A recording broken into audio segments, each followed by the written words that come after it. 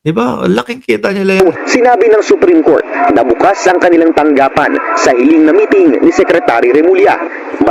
Kasi mga kababayan, ang narinig niya nga kayang-kaya pati ang Supreme Court nung kung sino yung pinaka-master. Ang sinabi ni SOJ Remulla na nais niyang makausap si Chief Justice Alexander Esmundo para ilahad ang mga balakid na kinaharap ng ahensya sa investigasyon.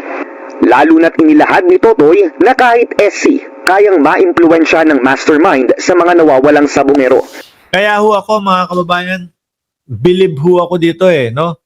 Kay Boying Remulla, kay Secretary of Justice Boying Remulla, mga kababayan. Believe ako, tingnan mo sila Buloyski, milyonaryo, bilyonaryo. Pero talaga po kapag ka merong kailangan panagutan sa batas, kailangan may sagutin sa batas, makukuha at makukuha. Lalaban at lalaban. Nakipagpulong na rin daw ang DOJ sa ilan pang ahensya ng pamahalaan tulad ng PNP. Para sa agenda, Joash Malimban. Sabi ni Josephine Manikad, delikado si Kalbo. Ito, pakinggan nyo naman ito, mga kababayan. May dalawang congressman ang nabanggit naman dito, mga kababayan, mga boss chief amo, sir. Nakadepensa agad si Lucky 8 StarQuest Incorporated owner Atong Ang sa unang pagharap niya sa Senate hearing kaugnay sa mga nawawalan sa bungero. Reklamo ni Ang sa mga senador. Parang ang Lucky ginano nyo na guilty. Trial by publicity. Hirit ni Ang, may conspiracy para idiin sa Lucky 8 NCC. May mga May conspiracy daw mga kababayan. Mababanggit dyan yung dalawang congressman. kasalukuyan at dating government official din daw na sangkot dito. Pangalanan natin. Okay, ganito. Okay. Please go ahead. Tebong Pineda. Pangalanan si Bong Pineda. Ayan, si Atong Ang. Pangalanan natin. Unang pangalan na sinabi, Bong Pineda. Okay, ganito. Okay. Please go ahead. Tebong Pineda. Number 3, La Congressman Tevez. Si Tevez?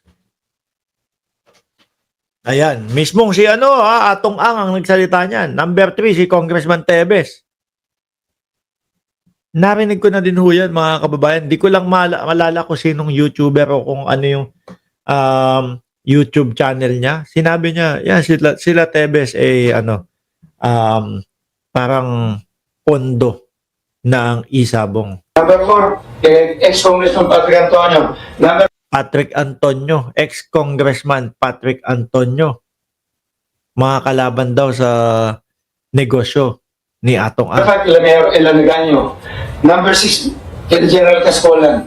Plus 86. Hindi po single out yung laki. Nilinaw naman ni Senator Bato de la Rosa na hindi pinag-iinitan ng Senado ang grupo ni Ang. We are recommending for Magugulat tayo, Biglang lalabas yung pangalan ni Batorni. Masasyak na naman si Batorni. Si Batorni niyan. Di ba? Sabi ni Leoncio Baguhin, Henry Tevez kasi nakulong na nagtago sa Timor-Leste kaya lumantad na ang taong na inutusan nila. Yan, antayin ang makulong ang kapatid na wanted sa batas. Bong Pineda ang unang sinabing pangalan, Pampanga. Yan, taga Pampanga, asawa yata ni Baby Pineda. Opo, Tevez at Patrick Antonio, mga kalaban daw ni Atong Ang. the cancellation of the permit to license to operate of the 7 licenses. Pinagbigyan ng mga senador ng hiling ni Ang na executive session para isiwalat ang buong detalye ng conspiracy laban sa kanya. You are the chairman of PAGCOR, hindi ka ordinaryong empleyado. Sa simula ng hearing, naging Yung PAGCOR na malayo na yun, mga kababayan. Gusto ko lang ipakinig sa inyo yung mga pangalan na lumitaw Yung sa senador Yun ang exciting part. Kasi mga bossing, pag nanonood ako ng mga hearing pinapanood ko, binabalik tanaw ko po yung mga hearing sa Senado, meron mga naggagalit na mga comment nagko-komento Naku, bato kunyari ka pa, kasali ka dyan. Tapos, idagdag nyo na po yung mga sinabi ni Gretchen Barreto na nanggagalaiti siya kay Batorni. Tapos, idagdag mo pa, di ba ito, tumatalpak din to si Bato? Sabi ni Gretchen Barreto yun. At may mga pake pa nga. Magkano ang ano nito? Magkano ang kulang nito? Naku po. Doon ako excited mga kababayan. Pagka nagkataon no, mga boss chief mo sir, eh mukhang hindi lang ICC ang problema ni Batorni. Baka po, ayan, lokal na problema na din po. Kumbaga, hahabulin din ng gobyerno, ng otoridad ng Pilipinas. Mga boss chief mo sir, no? Hanggang dyan muna po tayo. Para doon naman po sa mga naghahanap ng ating Facebook page, eto po mga kababayan.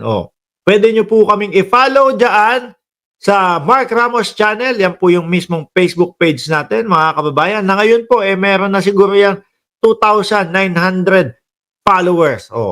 Tulungan nyo kami na maka 10,000 followers dyan dahil bago pa lang po yung Facebook page na yan. Muli po, 2,500 viewers. No? Huwag nyo pong kalimutan na pindutin yung like, subscribe, and share. Upang sa ganon, lagi pong i-share ni YouTube ang ating mga ginagawang mga talakayan po dito sa YouTube. Maraming salamat and God bless po sa ating